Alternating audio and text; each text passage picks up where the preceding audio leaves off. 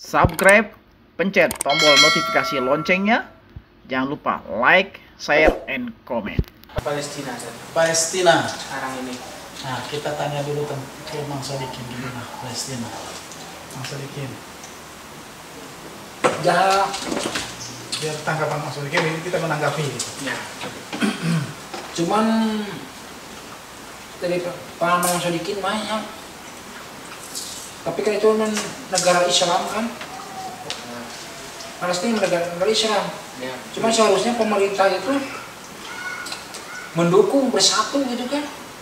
Seharusnya Pemerintah mana kan? pemerintah yang menurut aku mengikuti ajaran Islam harus mendukung bersatu. Cuman kan kita ini ada PBB itu Persatuan Bangsa seharusnya kan udah dari aturan hukuman itu kan sahabat teman-teman kita kan apa namanya Islam gitu kan harus didukung di respon gitu kan tapi siapa yang orang yang menyakiti Jadi didukung Islam oleh apa namanya Arab Saudi. iya seharusnya itu tetangga Islam itu harus mendukung Jordania. Yang pokoknya apa negara-negara Muslim itu harus mendukung bersatu. Iya. Untuk, Tapi kan walaupun penjajah satu, tapi karena perikatannya kuat, sapu lidi, nah gini lah. maksudnya itu penjajahnya itu hanya Israel saja. Nah, cuma gini. kita mah nggak pernah bersatu gitu. Kayak gini nah, ikat imamnya kayak sapu lidi. Ini contoh apa ya? Lidi kan? Satu apakah mampu satu bisa menyapuin debu-debu? Gak mampu kan? Cuma ini Israel. Kalau Islam bersatu ya gini, semua masukin. Islam bersatu Masukin. Nah, di satu ikatan. Mukul kerbau, mukul ayam, debu-debu bisa kan? Cuman karena yang bersatu. Palestina yang tadi maksudnya. Iya. Palestina. Iya. Palestina kan satu. Maksudnya satu. Coba kalau Islam digabungin, ikat, nah ikat kayak kuat, begini, digabungin. Maksud Bang Sodikin itu Palestina sendiri berjuang tanpa dukungan yang lainnya.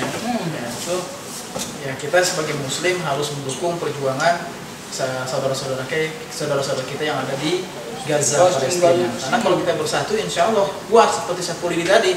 Kalau sendirian ya nggak bisa kita menyapu debu-debu, tapi kalau seandainya bersatu itu bisa menyapu semuanya. Betul maksudnya. Seperti itu. Gimana caranya Mas Sodikin biar bisa bersatu maksudnya? Nah, itu caranya. Gimana? Caranya dari seginya ke pemerintahan dulu. Iya. Kemarin menteri siapa itu? Oh, lupa lagi. Itu yang mendukung alhamdulillah untuk Palestina, maka tidak dibenarkan penjajahan di atas muka bumi ini kan ya? Iya, tidak dibenarkan. dibenarkan. Jadi, apalagi menginjak-injak harkat derajat Islam. Kenapa kita harus membela Palestina? Maksudnya, Palestina. Kenapa kita harus membela Palestina? Itu kan apa namanya? Islam itu dibilang gitu, Islam mah. Apalagi Islam itu kan bisa dibilang apanya? Islam itu kan kalau harga derajat kita mah namanya batin badan kita kan badan Ya mungkin Jadi karena Islam kita harus mendukung gitu kan. badan kita kenapa kan kita harus mendukung, maksud Bang Sodikin, kenapa kita harus mendukung Palestina? Kata Bang Sodikin, badan ya, kita Islam karena kan? kita itu Islam, maksudnya kita itu Muslim, maka dari itu kita harus membela Palestina. Badan kita Muslim, kita harus membela Palestina. Nah, Kalau non Islam ya biarin itu kan non Islam, tapi kan jiwa kita Islam, badan kita Islam. Oke. Jadi gini, tambahan lagi, kenapa kita harus membela Palestina? Yang pertama, Al-Quds Asy-Syarif, Masjidil Aqsa itu, yang pertama adalah masjid kedua kalau tidak salah, ya, yang didirikan di atas muka bumi ini setelah Masjidil Haram. Allah alam, nanti bisa dicek ya. Setelah itu Masjidil Aqsa. Selanjutnya, Masjidil Aqsa adalah masjid yang mana dianjurkan oleh Rasulullah SAW untuk berziarah ke sana. Yang pertama apa? Masjidil Haram. Yang kedua Masjid Nabawi. Yang ketiga Masjidil Aqsa. Dan yang terakhir Masjidil Aqsa itu tempat berkumpulnya insya Allah umat Muslim di sana tempat berkumpulnya insya Allah. Allah, insya Allah, alhamdulillah. Insya Allah. Dan Bisa Masjidil Aqsa itu ya harus kita perjuangkan. Kenapa? Kita perjuangkan. Allah Subhanahu wa taala berfirman dalam surat Al-Isra. Bismillahirrahmanirrahim. Subhanalladzi asra bi'abdihi laylan minal masjidil haram ilal masjidil aqsa alladzi barakna hawlahu linuriyahu min ayatina innahu huwas sami'ul basir. Jadi jelas di sana Maha Suci Allah yang telah memberangkatkan hambanya minal masjidil haram ilal masjidil aqsa. Jelas di situ disebutkan Al-Aqsa, ya. Selain bukan hanya itu saja, ya. Masjidil Aqsa itu kiblat Pertama Islam. Kiblat pertama umat Islam. Kiblat pertama umat Islam itu adalah Masjidil Aqsa. Seperti itu. Kita yang butuh Masjidil Aqsa atau Masjidil Aqsa butuh kita?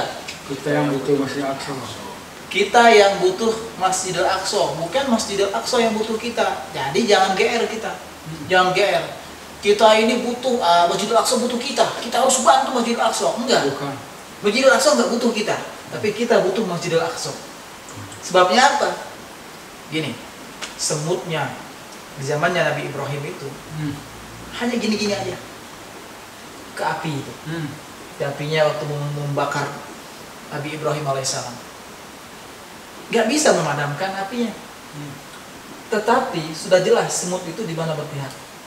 Ke Nabi Ibrahim. Sudah jelas berpihaknya semut itu ke Nabi Ibrahim alaihissalam. Walaupun tidak bisa memadamkan api, setidaknya semut tadi sudah berusaha untuk berpihak kepada Nabi Ibrahim. Kita walaupun belum bisa bersama-sama untuk berjuang di sana, ya, belum bisa membebaskan Masjidil Aqsa, setidaknya hati kita, doa kita untuk Masjidil Aqsa. Apalagi kalau kita bisa memberikan harta kita untuk perjuangan sahabat-sahabat kita di sana, atau untuk membantu para korban-korban, anak-anak di sana, semuanya yang telah diserang oleh Israel, bisa bantu, insya Allah. Seperti itu. Nah, selanjutnya lagi, ada yang mengatakan, percuma jauh-jauh. Buat apa katanya jauh-jauh membela Palestina? Di Indonesia saja masih banyak yang kelaparan. Biasanya orang-orang seperti ini. Di Indonesia dia nggak bantu. Di Indonesia orang-orang seperti ini. Di Indonesia dia nggak bantu. Di Palestina juga nggak mau bantu. Biasanya orang-orang kayak gini. Itu namanya kalau orang Islam, kalau orang kampung itu namanya orang nggak berpikir, akhlaknya jernih. Jadi ada yang mengatakan, buat apa jauh-jauh di Palestina kita ngasih makan orang? Saudara kita di kiri kanan tetangga masih ada yang lapar, benar nggak itu? Iya. Itu kebiasaan orang yang awam. Nah, itu sebenarnya orang yang ngomong kayak gitu, dia di sini nggak bantu, ke sana juga nggak bantu, gitu. Dia nggak paham gitu, nggak paham namanya apa namanya. Coba seandainya kalau Indonesia diserang, ya, diserang terus itu kita teraniaya di sini, pastinya kita perlu bantuan orang, gitu kan? Perlu. Jadi walaupun hanya dikasih mie saja, kalau kita udah seperti Palestina, ya, itu ada orang ngasih mie udah senang banget gitu kan. Itulah namanya manusia yang punya hati dan nurani. Untuk membela Palestina, nggak perlu kalian itu menjadi umat Muslim. Nggak perlu. Untuk kalian membela Palestina, nggak perlu kalian untuk menjadi seorang Muslim. Kalian menjadi seorang manusia yang punya hati saja sudah cukup. Untuk membela Masjidil Aqsa, tidak perlu kalian semua masuk ke agama Islam, nggak perlu.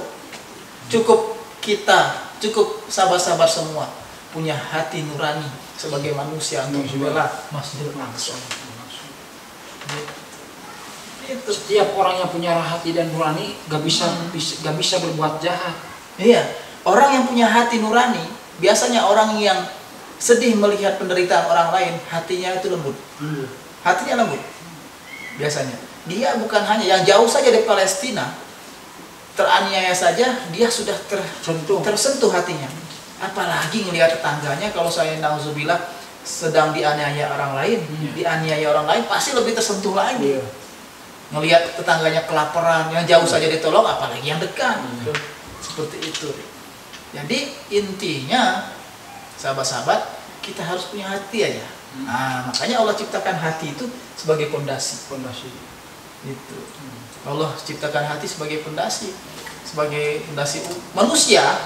Gitu. Makanya orang yang tidak punya hati itu seperti binatang. Kelakuannya. Manusia yang tidak punya hati, ya, maka perhatikan gerak-geriknya, dia tidak punya perasaan. Dia rela membunuh, tega membantai, tega merampok, tega semuanya, tega memperkosa, tega semuanya. Iya. Jika punya hati. Nafsunya karena nafsu binatang. Iya, karena kata hati tadi. Punya. Kalau hatinya, ya, kalau hatinya seluruh agama mengajarkan kebaikan. Ingat, agama Kristen, Buddha, Konghucu, Katolik, Islam, semua agama mengajarkan kebaikan, mengajarkan agar tidak menyakiti makhluk, ya. Saling membunuh. Tidak saling membunuh, ya, tidak saling membunuh, saling memberi. Itu ajaran-ajaran seluruh agama. Yang jaga Indonesia. Semuanya. Nah, kalau seandainya ada agama yang mengajarkan tentang terorisme, itu bukan agama yang mengajarkan. Bukan. Ada agama yang berani membantai, ya, membantai sesama manusia. Dia terlihat dari agama satu ini, yakinlah bukan agama yang mengajarkan, tetapi hawa nafsunya. Tapi kan Hawa nafsunya. kalau Islam itu paling dibenci, membunuh, saling membunuh. Itu kalau orang yang teroris mau pasang bom, itu bukan Islam. Kalau Islam mah hewan pun tanpa sembelihan mengucapkan Allahu Akbar itu nggak bisa, apalagi Islam tidak bisa membunuh. Islam. Jadi untuk kata Mang Sodikin, ya, kalau ada orang yang memasang bom itu bukan Islam. Nah, Islam tidak mengajarkan terorisme, Nggak bisa. tidak mengajarkan Membunuh, saling membunuh. tidak.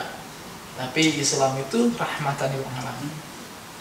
Jadi dalam Islam itu membunuh satu orang saja dengan sengaja dosanya besar sekali, seperti membunuh seluruh manusia yang ada di atas muka bumi ini. Bahkan dikatakan seperti menghancurkan Ka'bah. Seperti itu. Dosanya itu. Makanya dalam Islam itu hati-hati dengan nyawa manusia. Nggak boleh.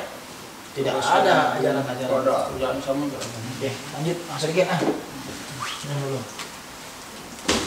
Alhamdulillahirrahmanirrahim. Yang tadi itu kan. Ya. Alhamdulillahirrahmanirrahim. Assalamualaikum. Waalaikumsalam warahmatullahi wabarakatuh. Baiklah sahabat-sahabat Cepandi dan sahabat-sahabat Mang Sodikin dimanapun berada, alhamdulillah sudah sampai di ujung acara talk show. Apa?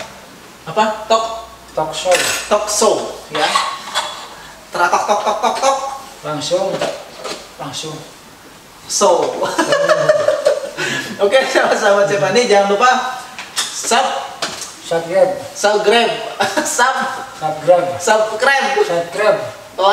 like, share, and komen di bawah kolom komentar. Pencet tombol notifikasi loncengnya agar masuk ke dalam beranda YouTube sahabat-sahabat Cepandi semua. Terima kasih, sampai jumpa. Oh ya, video ini akan jadi 3 part ya. Jadi 3 bagian ya, ada bersambung. Assalamualaikum warahmatullahi wabarakatuh.